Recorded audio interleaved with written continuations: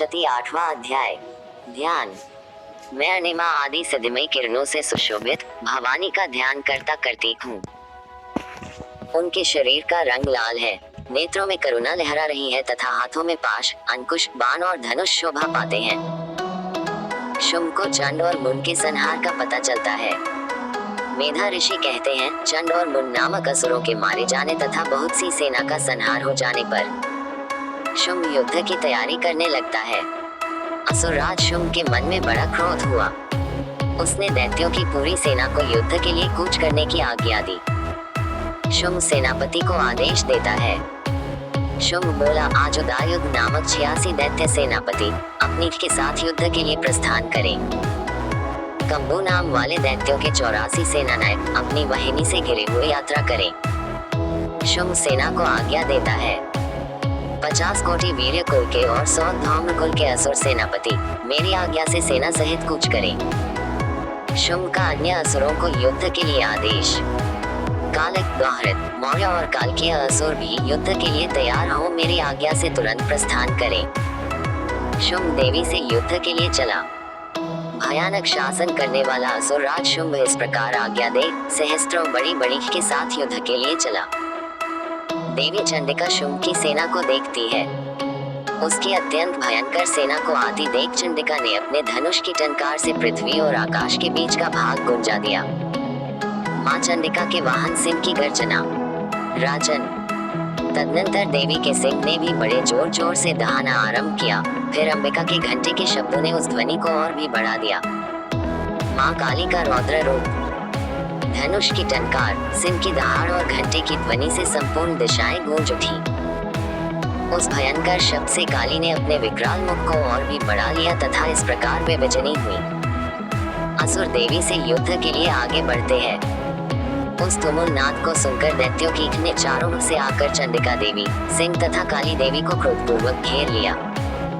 देवों की शक्तियां मां चंडिका के पास आती है। राजन।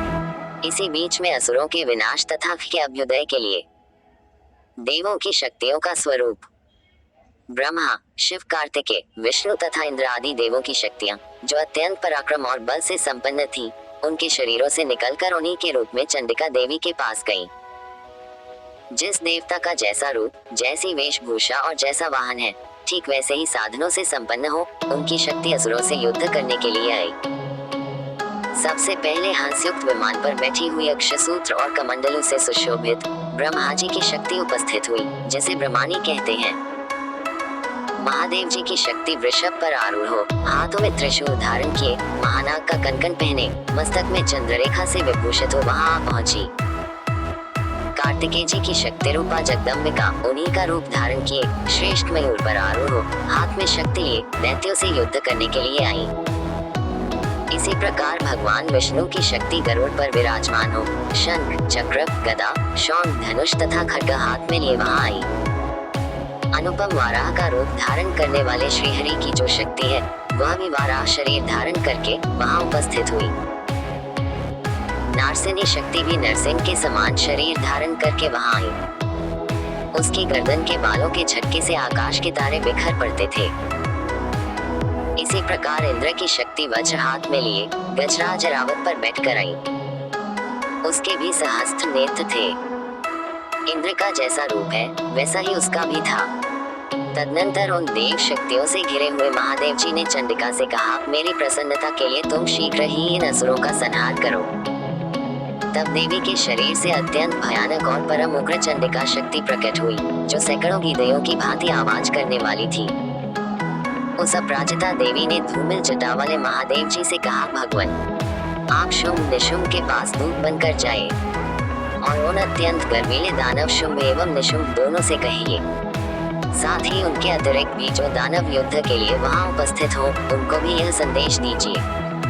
दैत्यों, यदि तुम जीवित रहना चाहते हो तो पाताल को लौट। इंद्र को त्रिलोकी का राज्य मिल जाए और देवता यज्ञ भाग का उपभोग करें।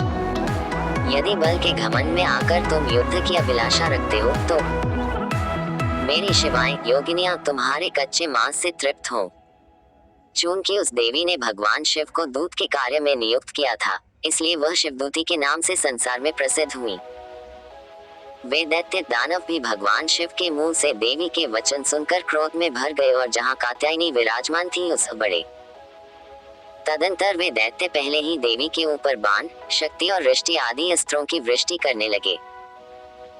तब देवी ने भी खेल खेल में ही धनुष की टंकार की और उससे छोड़े हुए बड़े बड़े बाणों द्वारा दैत्यों के चलाए हुए बाण, शूल, शक्ति और फरसों को काट डाला। फिर काली उनके आगे होकर को शूल के प्रहार से विदीर्ण करने लगी और खटवान से उनका कचूमर निकालती हुई रणभूमि में विचरने लगी। ब्रह्मानी भी जिस जिस दौड़ती उस अपने कमंडलों का जल छिड़क कर का और पराक्रम नष्ट कर देती थी। माहेश्वरी ने त्रिशूल से तथा वैष्णवी ने चक्र से और अत्यंत क्रोध में भरी हुई कुमार कार्तिकेय की शक्ति ने शक्ति से दैत्यों का संहार आरंभ किया। इंद्र शक्ति के वज्र प्रहार से विदीर्ण हो सैकड़ों दानव रक्त की धारा बहाते हुए पृथ्वी पर सो गए। वाराही शक्ति ने कितनों को अपनी धूल की मार से नष्ट किया, दाढ़ों के अग्रभाग से कितनों की छाती चीर डाली तथा कितने ही दैत्य चक्र की चोट से विदीर्ण होकर गिर पड़े। नारसिंही भी दूसरे महादैत्यों को अपने नखों से विदीर्ण करके खाती और सिंहनाद से एवं आकाश को गुंजाती हुई युद्ध क्षेत्र में विचरने लगी। कितने ही असुर शिवदूती के प्रचंड अट्टहास से भयभीत हो पृथ्वी पर गिर पड़े और गिरने पर उन्हें शिवदूती ने अपना ग्रास बना लिया। इस प्रकार क्रोध में भरे हुए मातृगणों को नाना प्रकार के उपायों से बड़े बड़े असुरों का मर्दन करते देख दैत्य सैनिक भाग खड़े हुए। मातृगणों से पीड़ित दैत्यों को युद्ध से भागते देख रक्तबीज नामक महादैत्य क्रोध में भरकर युद्ध करने के लिए आया। उसके शरीर से जब रक्त की बूंद पृथ्वी पर गिरती तब उसी के समान शक्तिशाली एक दूसरा महादैत्य पृथ्वी पर पैदा हो जाता। महासुर रक्तबीज हाथ में गदा लेकर इंद्र शक्ति के साथ युद्ध करने लगा। तब इंद्री ने अपने वज्र से रक्तबीज को मारा। वज्र से घायल होने पर उसके शरीर से बहुत रक्त बहने लगा और उससे उसी के समान रूप तथा पराक्रम वाले योद्धा उत्पन्न होने लगे। उसके शरीर से रक्त की जितनी बूंदें गिरी उतने ही पुरुष उत्पन्न हो गए। वे सब रक्तबीज के समान ही वीर्यवान, बलवान तथा पराक्रमी थे। वे रक्त से उत्पन्न होने वाले पुरुष भी भयंकर अस्त्र शस्त्रों का प्रहार करते हुए वहां मातृगणों के साथ घोर युद्ध करने लगे। पुनः वज्र के प्रहार से जब उसका मस्तक घायल हुआ तब रक्त बहने लगा और उससे हजारों पुरुष उत्पन्न हो गए। वैष्णवी ने युद्ध में रक्तबीज पर चक्र का प्रहार किया तथा इंद्री ने उस दैत्य सेनापति को गदा से चोट पहुंचाई। वैष्णवी के चक्र से घायल होने पर उसके शरीर से जो रक्त बहा और उससे जो उसी के बराबर आकार वाले सहस्रों महादैत्य प्रकट हुए, उनके द्वारा संपूर्ण जगत व्याप्त हो गया। कौमारी ने शक्ति से, वाराही ने खड्ग से और महेश्वरी ने त्रिशूल से महादैत्य रक्तबीज को घायल किया। क्रोध में भरे हुए रक्तबीज ने भी गदा से सभी मात्र शक्तियों पर पृथक पृथक प्रहार किया। शक्ति और शूल आदि से अनेक बार घायल होने पर जो उसके शरीर से रक्त की धारा धरती पर गिरी, उससे भी निश्चय ही सैकड़ों असुर उत्पन्न हुए। इस प्रकार उस महादैत्य के रक्त से प्रकट हुए असुरों द्वारा संपूर्ण जगत व्याप्त हो गया। इससे उनको बड़ा भय हुआ। को उदास देख चंडिका ने काली से शीघ्रता पूर्वक कहा, जान मुड़े, तुम अपना मुख और पीठ तथा मेरे शस्त्रपात से गिरने वाले रक्त और उनसे उत्पन्न होने वाले महादैत्यों को तुम अपने इस उतावले मुख से खा।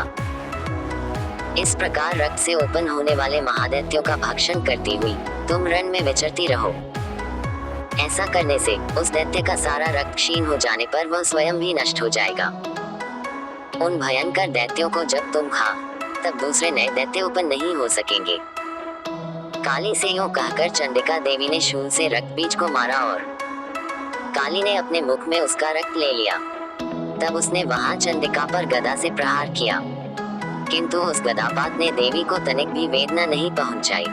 रक्तबीज के घायल शरीर से बहुत सा रक्त गिरा, किंतु ज्यों ही वह गिरा त्यों ही चामुंडा ने उसे अपने मुख में ले लिया। रक्त गिरने से काली के मुख में जो महादैत्य पैदा हुए, उन्हें भी वह चट कर गई और उसने रक्तबीज का रक्त भी पी लिया।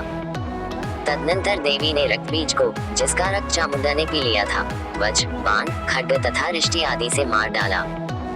राजन, इस प्रकार शस्त्रों के समुदाय से आहत और रक्तहीन हुआ महादैत्य रक्तबीज पृथ्वी पर गिर पड़ा। नरेश्वर, इससे को अनुपम हर्ष की प्राप्ति हुई और मातृगण उन असुरों के रक्तपान के मद से उद्धत सा होकर नृत्य करने लगे। इस प्रकार श्री मार्कंडेय पुराण में सावर्णिक मनवंतर की कथा के अंतर्गत देवी महात्म्य में ऋग्वेद नामक 8वां अध्याय पूरा हुआ। जय मां दुर्गा, जय शंकर।